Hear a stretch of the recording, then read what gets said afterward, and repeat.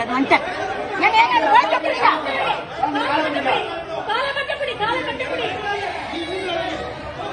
ஒண்ணுமே புரியல